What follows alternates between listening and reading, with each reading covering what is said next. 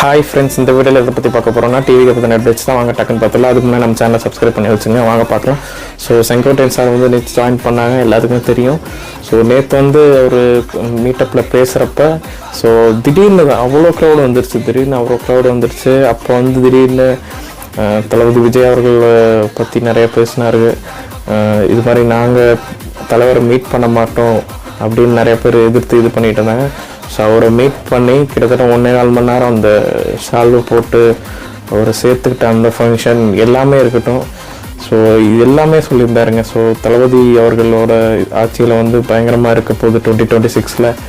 So அதே மாதிரி பார்த்திங்கன்னா டிசம்பரில் வந்து பார்த்திங்கன்னா ஒரு பெரிய கூட்டணி வரப்போகுது, ஜாயின் பண்ணி வேறு லெவல் பேங்கராக இருக்க போகுது, இன்னும் நிறைய பேர் வர போகிறாங்கன்ற மாதிரி நிறைய விஷயங்கள் சொன்னாங்க சார்.